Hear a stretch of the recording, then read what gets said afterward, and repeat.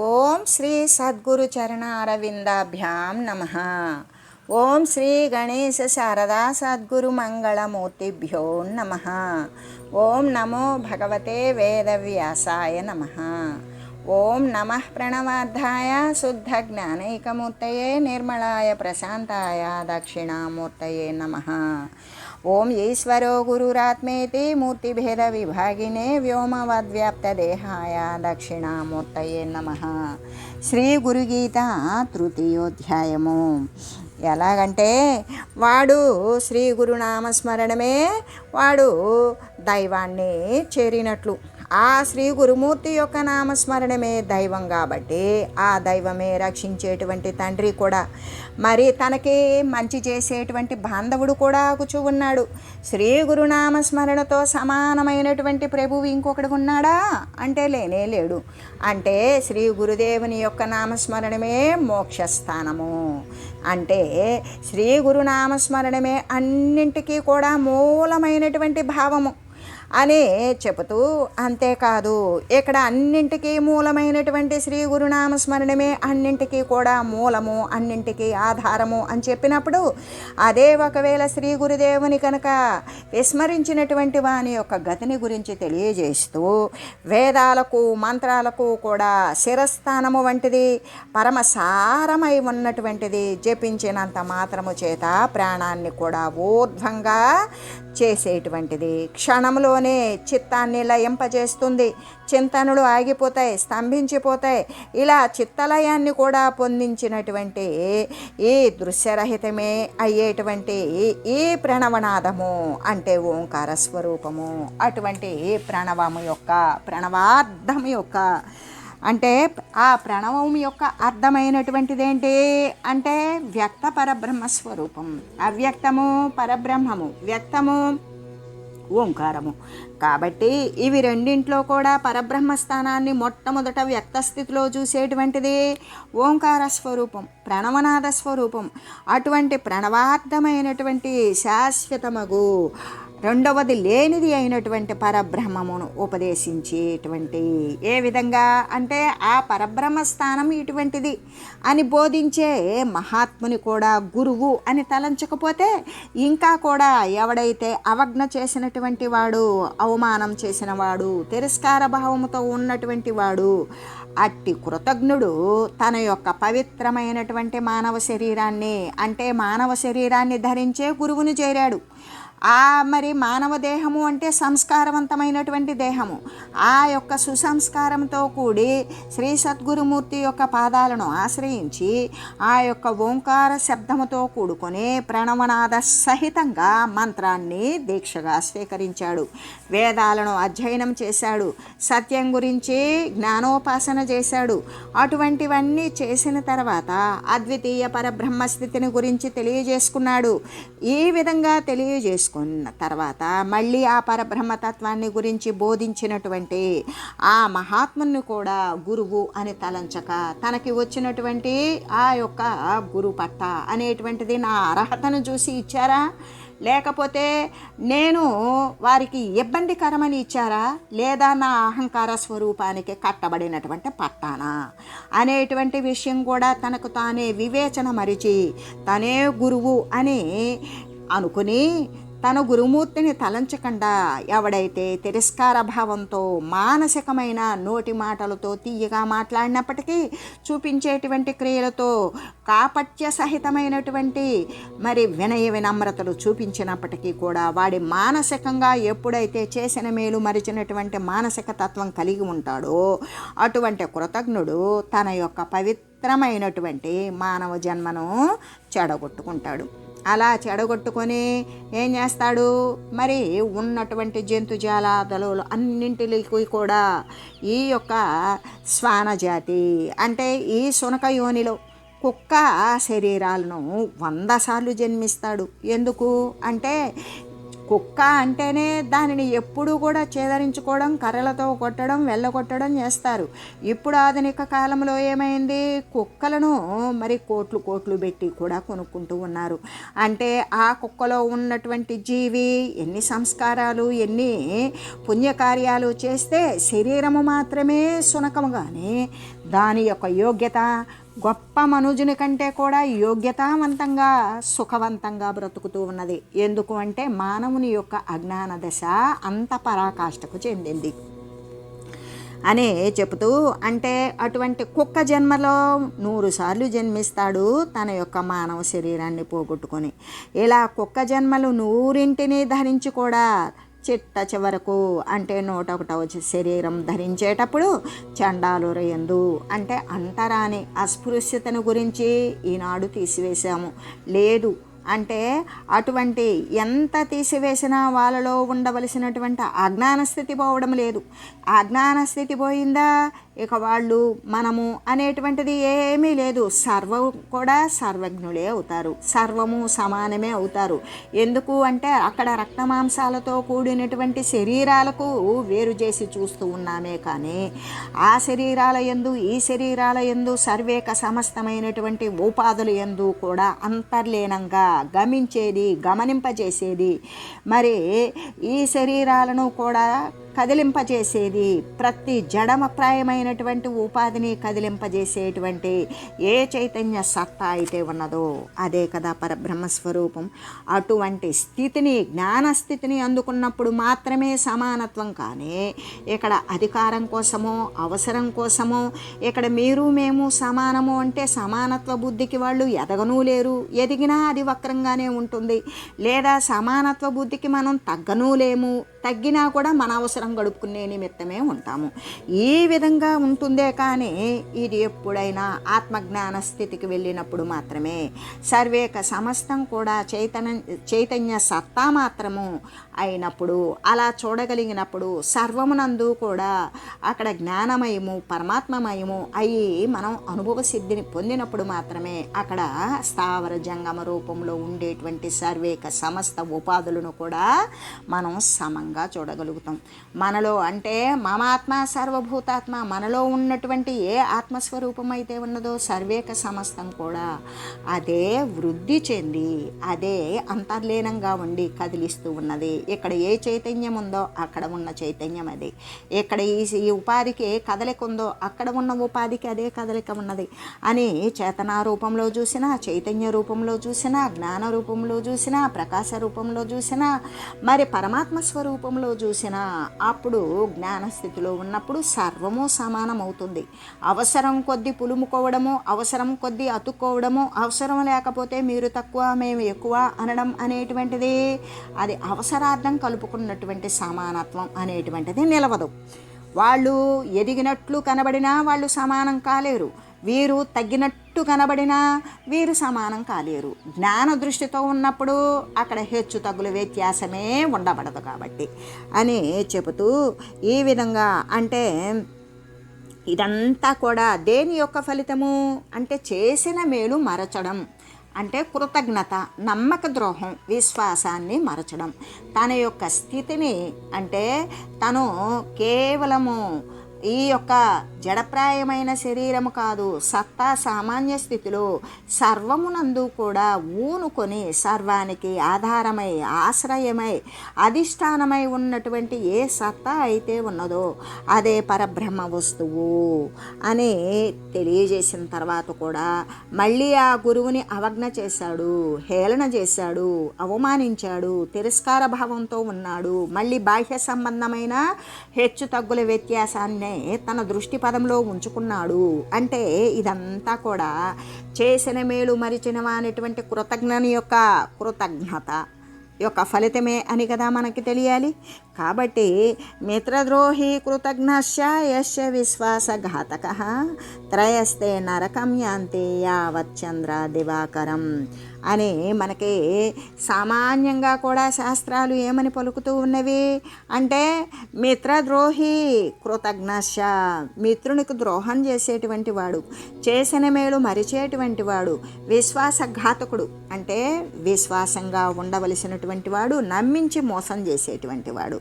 ఈ మూడు రకాల వాళ్ళు కూడా నరకంలో ఎప్పటి వరకు పడతారు అంటే, ఆ చంద్రతారార్కము చంద్ర దివాకరం అంటే ఆ సూర్యచంద్రుడు ఈ భూమిపై ప్రసరించేదాకా, ఈ పంచభూతాలలో ఆ సూర్యచంద్రులు కూడా సుస్థిరంగా ఉండేటంత వరకు కూడా వీరు నరకాన్ని పొందుతారు. అంటే చేసిన మేలు మరిచేటువంటి వానికి పడేటువంటి శిక్ష కాలము, వాడు చేసుకున్న కర్మ వానికి అటువంటి శిక్షను ప్రసాదిస్తోంది అని సామాన్య శాస్త్రాలే చెబుతూ ఉంటే, పరంధాముడైనటువంటి పరమ దయాళువైన కేవల చైతన్య బ్రహ్మమును బోధించేటువంటి పరమ గురువుని మరిస్తే వానిని గురించి చెప్పాల్సినదేమన్నా ఉన్నదా? ఇక్కడ మనకేమని చెప్పారు అంటే, మిత్రద్రోహి కృతజ్ఞశ్చ, మిత్రువులకి అంటే మిత్రువుల్లాగా స్నేహితుల్లా నటించి మోసం చేసేటువంటి వారికి, చేసిన మేలు మరచిపోయి మోసం చేసేటువంటి వారికి, విశ్వాసంగా ఉంటామని చెప్పి మోసపుచ్చేటువంటి నమ్మక ద్రోహులకి, వీరికే ఇటువంటి అంటే శాశ్వతమైనటువంటి నరకము, ఆ చంద్ర తారార్కము అంటే చంద్ర దివాకరము, సూర్యచంద్రులు ఉన్నంత వరకు కూడా వారు ఇటువంటి నరకాన్ని పడతారు అని చెబితే, ఏ విధంగా అంటే అని సామాన్య శాస్త్రాలే పలుకుతూ ఉన్నాయి ఇటువంటి వారికి. అదే గురుస్వరూపుడు అంటే పరంధాముడు, ఆ పరమపదమే ఆయన యొక్క ధామం. ఆ గురు పరబ్రహ్మస్వరూపుడు దేహదారి అయి శిష్యులను భక్తులను ఎవరైతే సత్తా సమర్థత ఉన్న పరమాత్మ పదాన్ని కోరుకున్నారో వారిని ఉద్ధరించే నిమిత్తం దేహాన్ని ధరించి వచ్చి ఉన్నటువంటి ఆయన యొక్క దయ ఎలా ఉంటుంది అంటే దయాళత్వంతో కూడుకొని ఆయన స్వరూపం కేవలము చైతన్య బ్రహ్మాన్ని బోధించేటువంటి పరమ గురు స్వరూపం. అటువంటి గురువును మరిచినటువంటి వాని గురించి చెప్పాల్సిందేముంది?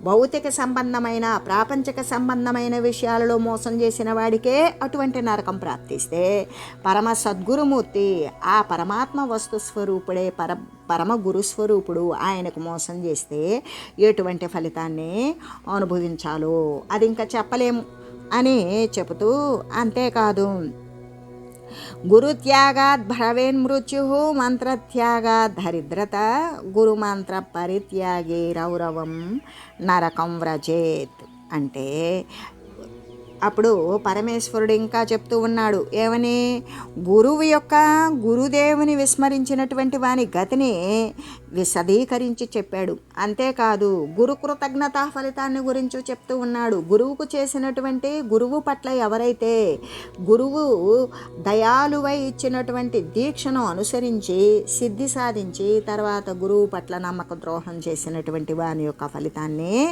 ఈ విధంగా చెప్తున్నారు. ఎవరికి? పార్వతీమాత. ఎవరు? పరమేశ్వరుడు. అంటే ఓ మహాదేవి, పరబ్రహ్మస్వరూపుడగు శ్రీ గురుమూర్తిని మరచిపోవడం వల్ల అంటే ఆయన ఎటువంటి వాడు? పరబ్రహ్మస్వరూపుడే. దేహాన్ని ధరించుకొని వచ్చేటప్పటికి వీడు దేహదారి అయ్యుండి శ్రీ సద్గురుమూర్తిని దేహదారిగా భావించినటువంటి వాడు పరమ నరకాన్నే పొందుతాడు కదా.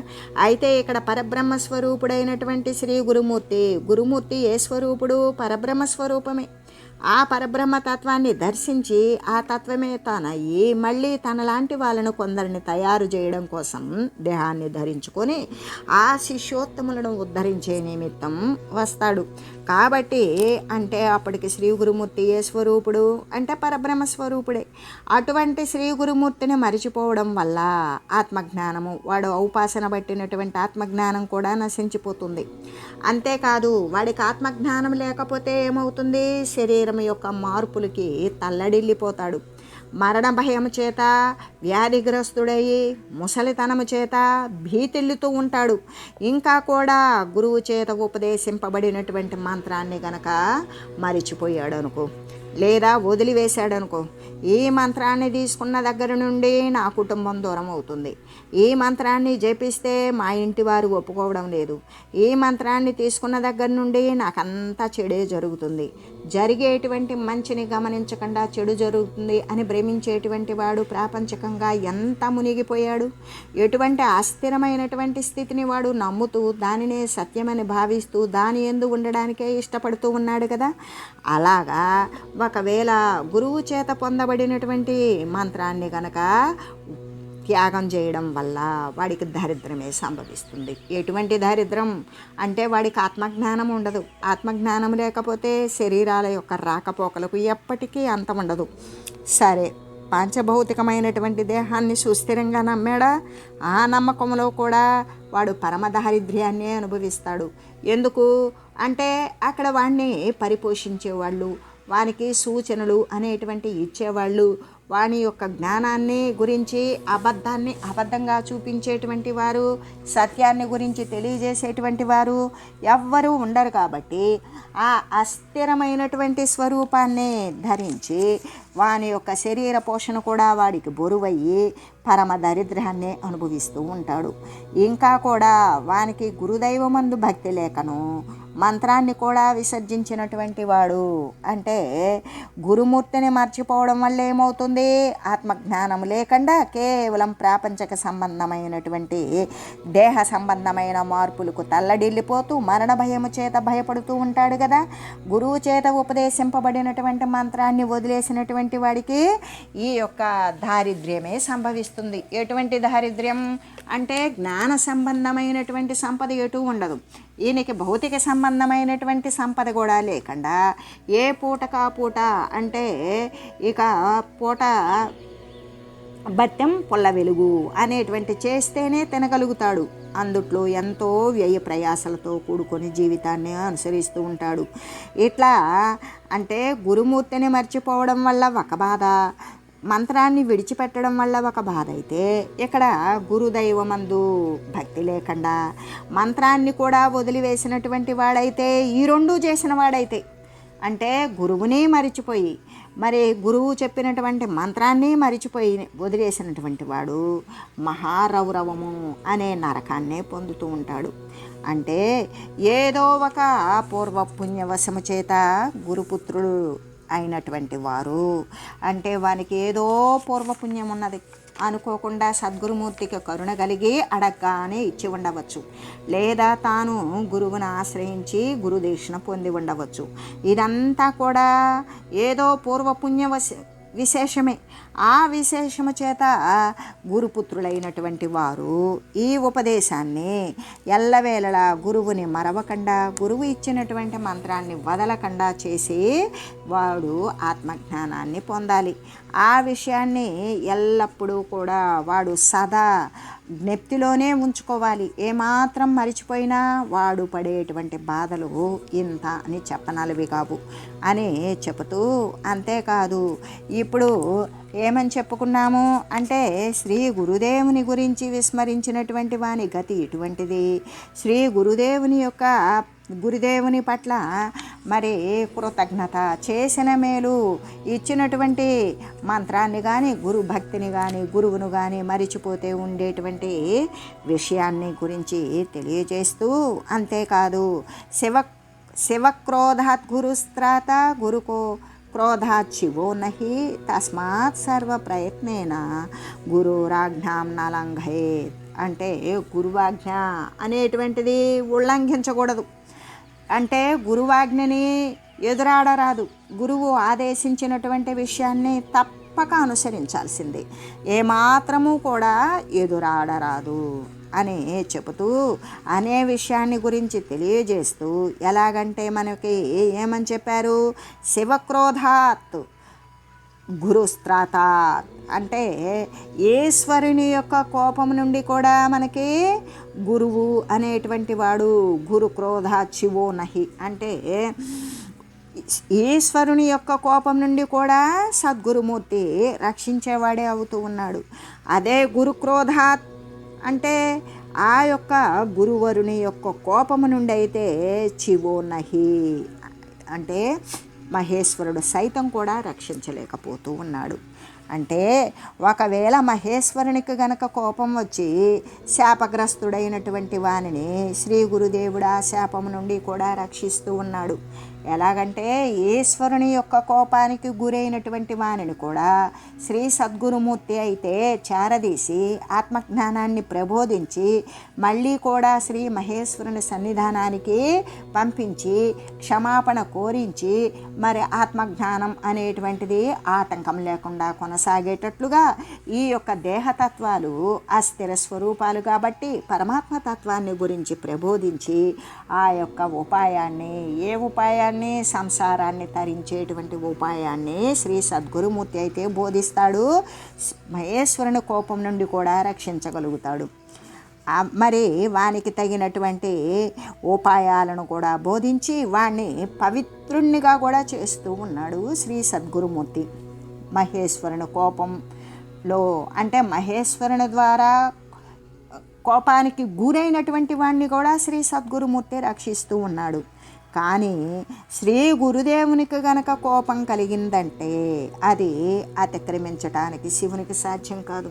అదే శిష్యుని పట్ల శ్రీ గురుమూర్తికి ఎప్పుడూ కూడా పెద్దవాళ్ల కోపం నీళ్ల మీద గీత. నీటి మీద గీత గీస్తే ఎంతసేపు ఉంటుంది? గీత గీసినటువంటి పుల్లో వేలు వెనకాలే గీత కలిసిపోతుంది గీత లేకుండా. అంటే అంత క్షణము కూడా ఉండదు, ఒక రెప్పపాటు కూడా ఉండనటువంటి పెద్దల కోపం. వారు చీటికి మాటికి ఎటువంటి శాపాలను కూడా ఇవ్వరు. ఎందుకు? తనను ఆశ్రయించిన వాళ్ళు అవివేకంతో ఏదైనా చేస్తే అవివేకాన్ని తొలగించి వివేకాన్ని కలగజేసేటువంటి జ్ఞానవంతమైనటువంటి సహనం సద్గురుమూర్తుల యొక్క సొంతం. కాబట్టి అటువంటి శ్రీ గురుదేవునికి ఒకవేళ గనక ఆ శిష్యుని పట్ల విపరీతమైన కోరిక, అంటే ఆ గురువు పట్ల వాడు చేసినటువంటి మరి ఘోరమైనటువంటి తప్పిదానికే గురువు అంతలా ఆగ్రహిస్తాడు. అటువంటి శ్రీ గురుదేవునికి గనక ఒకవేళ శిష్యుని పట్ల కలిగినటువంటి కోపానికి మరి దానిని అతిక్రమించడానికి, ఆ గురువు కోపం నుండి వాడిని రక్షించటానికి ఆ శివునికి కూడా సాధ్యం కాదు. ఎలాగా అంటే క్రిందనున్నటువంటి ఇప్పుడు మనకి చెప్తూ ఉన్నారు కదా, క్రిందనున్నటువంటి కోర్టుల్లో గనక రద్దు చేసినటువంటి ఫిర్యాదులు ఉన్నాయి కదా, ఆ ఫిర్యాదుల్ని మనం ఏం చేస్తాం? పైకోర్టుకు తీసుకెళ్తాం. ఆ పైకోర్టు వాళ్ళు ఏం చేస్తారు? తిరిగి మళ్ళీ విచారణకు తీసుకొని రావచ్చు. అయితే పార్లమెంటు నందు తీర్మానించబడినటువంటి విచారణను కానీ మరి దేనిని అయినా సరే రద్దు చేయటానికి క్రింది కోర్టుకు సాధ్యపడుతుందా? కాదు కదా. అలాగే ఇంకా కూడా రాజద్రోహులను కూడా తప్పించడానికి అలవి కాదు. అలాగే శ్రీ గురుదేవుని యొక్క కోపాన్ని ఎవడైతే ఎదురాడతాడో ఉల్లంఘించి శాపాన్ని తిప్పడానికి మరింకెవరికి కూడా సాధ్యము కాదు అని తెలియజేస్తూ ఓం మంగళం శ్రీ గురుదేవాయ మహనీయ గుణాత్మనే సర్వలోక శరణ్యాయ సాధురూపాయ మంగళం. ఓం లోక సమస్త సుఖినో భవంతు. ఓం శ్రీ సద్గురు పరబ్రహ్మార్పణమస్తు. ఓం తత్సత్.